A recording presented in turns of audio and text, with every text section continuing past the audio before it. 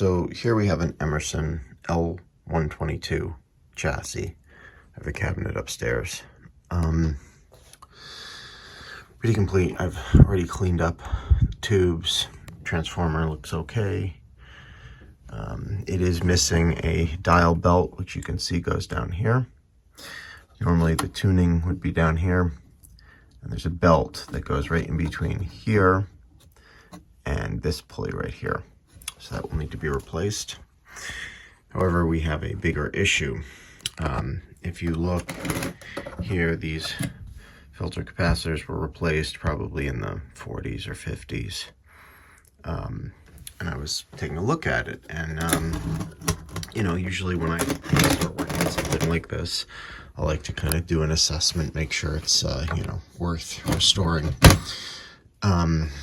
We have a little bit of a problem here because if you take a look, I was checking the resistance readings here, and you know, this looks relatively okay.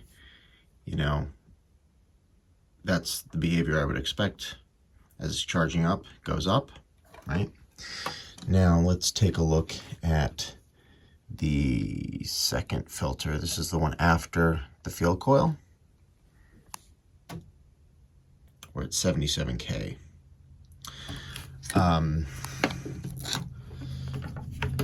Probably not doing so well. So I thought, you know, let me come over here to the speaker, which is in beautiful condition. You can see the cone looks like new.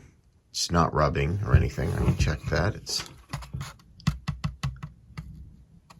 in really good shape. So I thought, let me just check the speaker, make sure that's okay. So that's when we come to our problem.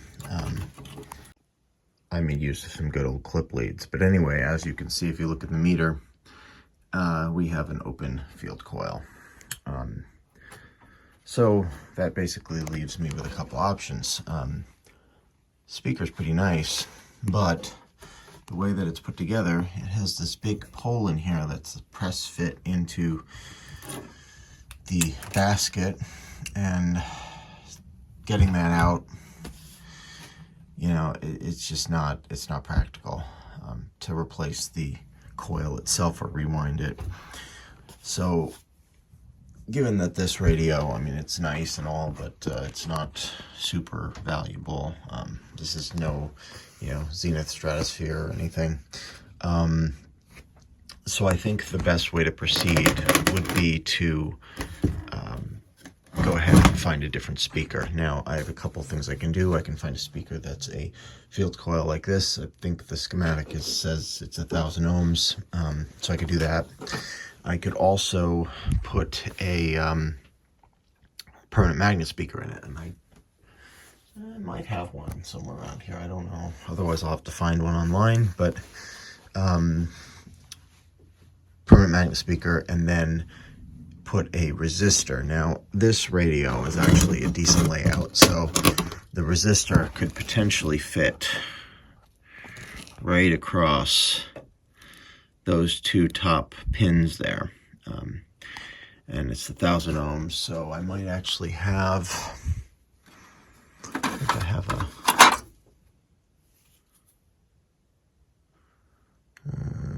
it's probably too small. What's this one? 1.2K, 25 watts. So this would actually be fine. So I could put that across there. Come on, focus. So I can put that across there, and it would work. That being said, usually when you do that, you have to increase the second filter capacitor, otherwise you get some hum. If you look at this speaker, really focus today, it looks like there might be a humbucking coil in there. It's hard to tell, but that little coil around the bottom, that might be a humbucking coil. So I might have to increase, you know, so instead of a 22, I could put in a, you know, 33. I think I have a 33. So that would work, maybe. or even larger. I might have some 47s on the second filter cap. Now, why did this fail? Couple things.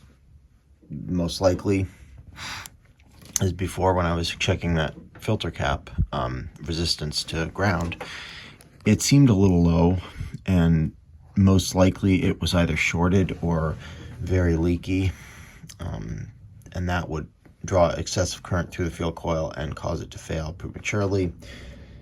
You know, I don't see any burnt spots. It doesn't look like there's anything sudden and drastic that happened. I think it was the fact that this radio was ran with that leaky capacitor for years, and it just decided one day to give up the ghost. Otherwise, pretty much original, except for this capacitor here. I believe that's a replacement. That looks like it's probably a cathode bypass or something. And the others look original. Yeah, they all have that red kind of a shrink covering over them. So the next step would be to deal with the speaker situation before I even try to power this up or do anything with it. There's just no point until I get a working speaker. So I just wanted to show the cabinet for the Emerson L122. It's very plain, pretty good condition. I did do some cleaning. A couple little spots over on the side here, not too bad, but come to the back and you can see I have been gluing the laminate. Plywood is coming apart. This is missing on this side. I do have it somewhere around here. You know, that needs to be glued.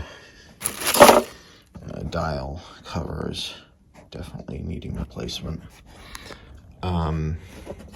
This is going to have to be glued and clamped. You can see it's kind of coming apart here. So that's the cabinet situation.